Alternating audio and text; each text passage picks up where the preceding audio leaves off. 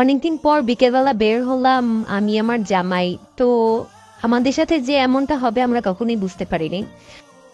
অনেকদিন ধরে জামাইকে বলতেছিলাম আমাকে নিয়ে একটু বের হও, আমাকে নিয়ে একটু বের হও। তো আমার জামাইয়ের সময় হইতেছিল না, প্লাস আমারও সময় দিচ্ছিল না, মানে হচ্ছে আমার বেবিটা আর এ নিয়ে সারাক্ষণই।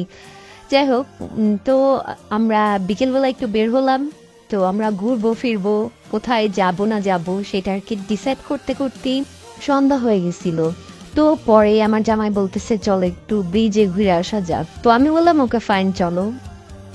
তো পরে ভাবলাম ব্রিজে তো দেখার মতো কিছুই নাই। আমার জামাইকে বললাম চলো আমরা একটু ভোলা রাস্তার দিক ছবি টবি তুইলা তারপর দাঁড়িয়ে একটু গল্প টল্প করে চলে আসি। তো আমার জামাই বললো ওকে ফাইন চলো, ওইখানেই দাঁড়াইয়া কয়টা ফটোশুট করি টুরি।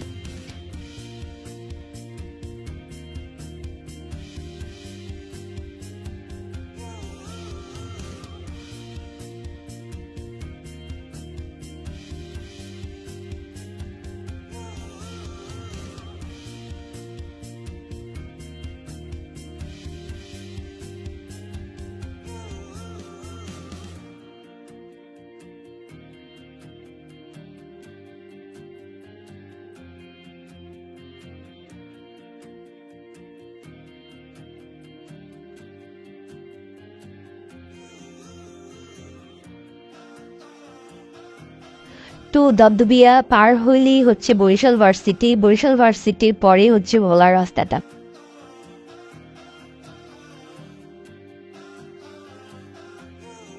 তো এইখানে দেখার মতো বা দেখানোর মতো তেমন কিছুই নাই যে এখানে দাঁড়ায় একটু দেখবো বা ছবি তুলবো।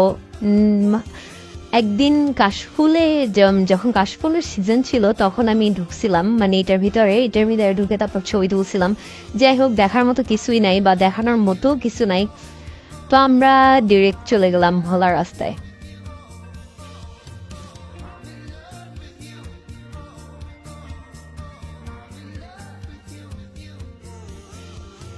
এই জায়গাটা বিশেষ করে এই জায়গাটা মানে হচ্ছে এই গাছগুলোর জন্য এত ভাল লাগে আমার কাছে, সিরিয়াসলি অনেক বেশি ভাল লাগে আমার কাছে।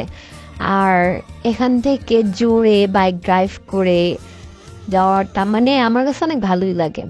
কার কাছে কেমন লাগে জানি না, আমার কাছে পার্সোনালি অনেক ভালো লাগে।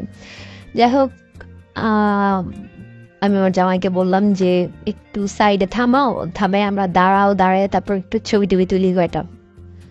আর অনেক ভিতরে আর দেখার মতো কিছুই নাই, এরকমই জাস্ট আর কি এই রাস্তাটায় সবাই এসে ছবি তুলে। সো দাঁড়াই গেলাম। তো আমি আমার জামাইকে বলতেছিলাম যে এইভাবে একটু আমাকে ছবি তুলে দাও, আমি এইভাবে করি, আমাকে এইভাবে ছবি তুলে দাও। মানে সে আমাকে বলেও না যে রেডি হ বা বলেও না যে আমি ক্যামেরা অন করছি বা কিছুই না, মানে আমি দাঁড়াই আসছি স্ট্যাচুর মতো। যাই হোক, তো আমি মোবাইলটা হাতে নিয়ে আমি আমারটা নিজে নিজেই করতে শুরু করলাম। আমার জামাই দিয়ে কিছুই হইবে না। যাই হোক, সে ক্যামেরার সামনে আসলেই তার চুল ঠিক করা শুরু করে দেয়, এটা হচ্ছে তার কমন ব্যাপার। তো আমরা ওইখান থেকে ডিরেক্ট চলে আসলাম পিঠা উৎসবে। মানে তখন হচ্ছে পিঠা উৎসব চলতেছিল শিল্পকলা একাডেমিতে, মানে এটা হচ্ছে বেলস পার্কের অপোজিটে। তো এখানে ঢুকে সে হচ্ছে স্টলে স্টলে ঘুরতেছে আর হচ্ছে দেখতেছে কি খাওয়া যায় বা কি পাওয়া যায়, কি করা যায় না করা যায়। তো সে দেখতেছে আর পড়তেছে কয় টাকা কি দাম, কোথায় কি হইতেছে।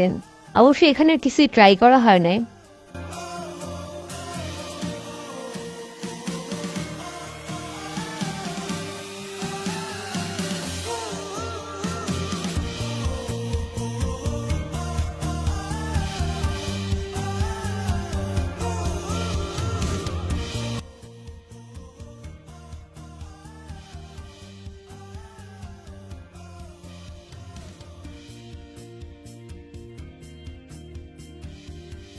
তো আমরা ঘুরলাম আর স্টলে স্টলে দেখলাম, আর আমার জামাই তো দেখতেই আছে স্টলে স্টলে। তো আমরা ওইখান থেকে বের হওয়ার আগে দেখলাম এখানে অনুষ্ঠানও চলতেছে, অনুষ্ঠান হইতেছে, মানে একটা মেয়ে গান গাইতেছে। যাই হোক, গানটা অনেক সুন্দর ছিল।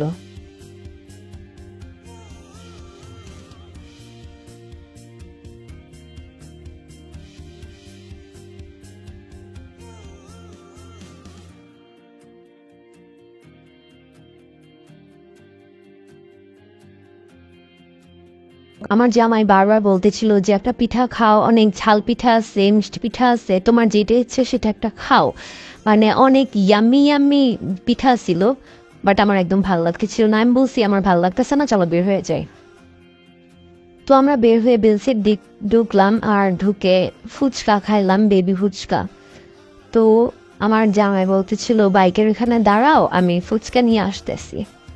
হঠাৎ করে মনে হলো যে ওয়েদারটা একটু মেঘলা হয়ে আসতেছে, মানে হঠাৎ একদম মেঘলা হয়ে আসছে, যে তখন একদম আনএক্সপেক্টেড যে একটু পর এত বৃষ্টি নামবে, আমরা একদম কল্পনার বাহিরে। আমি ফুচকা খাইতেছিলাম আর হচ্ছে টক টক করে বৃষ্টি ফোঁটা পড়তেছিল, আমি ভাবছি যে কোথা থেকে পানি পড়তেছে, বাট একটু পর দেখলাম যে এত পরিমাণ বৃষ্টি হয়েছে যা একদম তখন বিশ্বাসই করতে পারতেছিলাম না যে আসলে এই সময়, এই শীতের সময় এত বৃষ্টি নামবে। তো তো পরে আর ভিডিও করা হয় না, আর হচ্ছে অন্ধকারও হয়ে গেছিল অনেক। তো পরে আমরা যা তা একটা অবস্থায় বাসায় ফিরছি।